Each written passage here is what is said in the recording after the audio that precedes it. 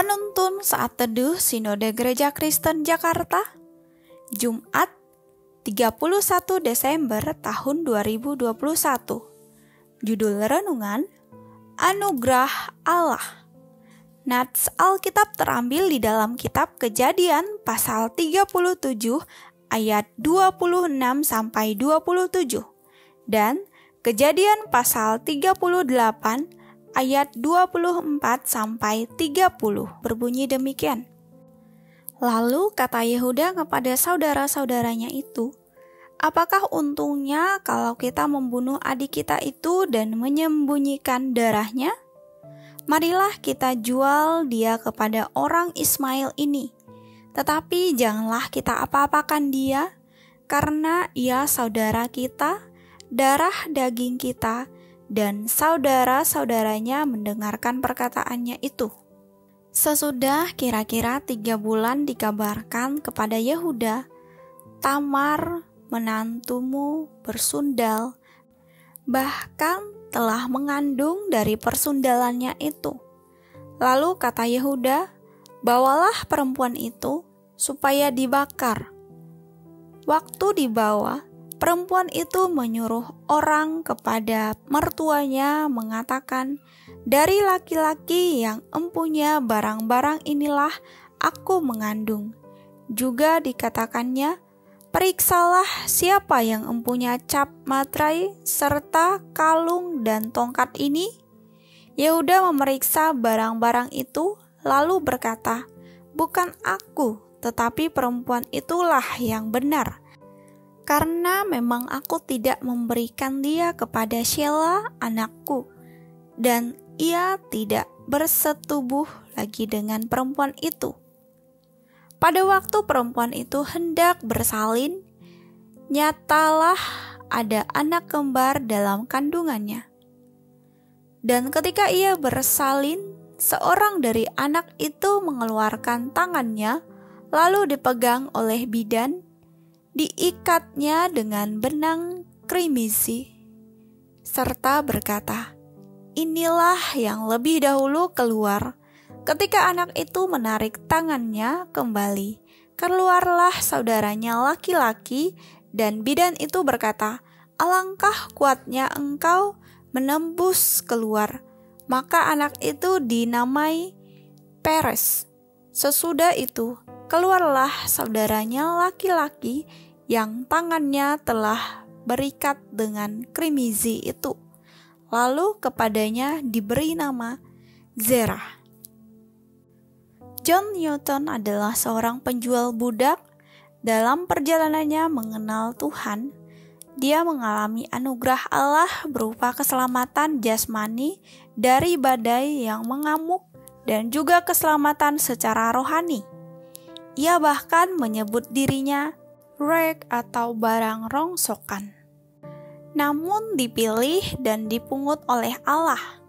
Pada usia 80 tahun, John menjadi pikun. Namun ia berkata, "Tetapi ada 2 hal yang saya tidak bisa lupa, bahwa saya adalah pendosa besar dan Yesus Kristus adalah juru selamat yang besar." John Newton membuat lagu Amazing Grace yang terus mengingatkannya pada anugerah Allah yang besar. Dalam Kejadian pasal 37 ayat 26 sampai 27, kita dapat mengenal Yehuda dengan lebih dekat. Yehuda adalah anak lelaki keempat yang dilahirkan Lea bagi Yakub. Bila berhadapan dengan Yusuf yang adalah anak favorit Yakub, Yehuda bersikap sama seperti saudara-saudaranya yang lain. Dia penuh dengki, iri hati, dan punya niat untuk mengenyahkan Yusuf. Dalam Kejadian pasal 38, ada kisah tentang Yehuda dan Tamar. Yehuda menikahi perempuan Kanaan yang melahirkan 3 anak baginya. Kebodohan dan kejahatan Yehuda terus memuncak sampai kehadiran Tamar menantunya. Tamar menikah dengan anak Yehuda Namun, Er meninggal dengan tidak mempunyai keturunan. Lalu Yehuda memberikan Tamar kepada Onan, anaknya, agar dapat membangkitkan keturunan bagi Er.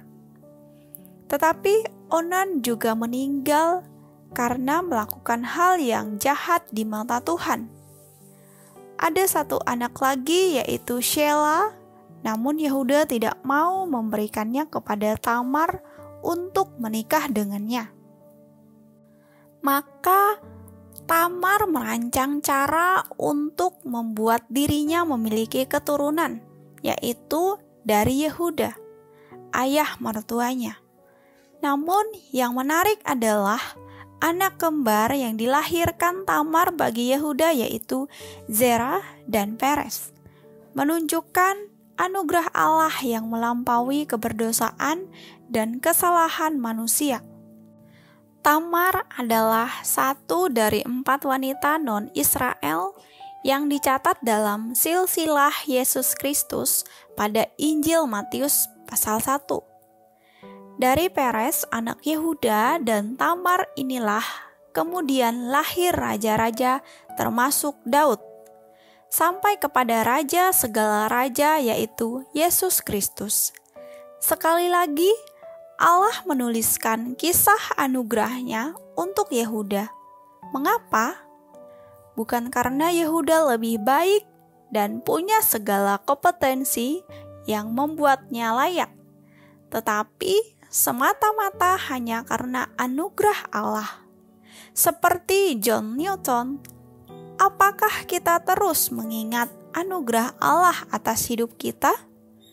Dulu kita barang rongsokan, namun dipilih Allah.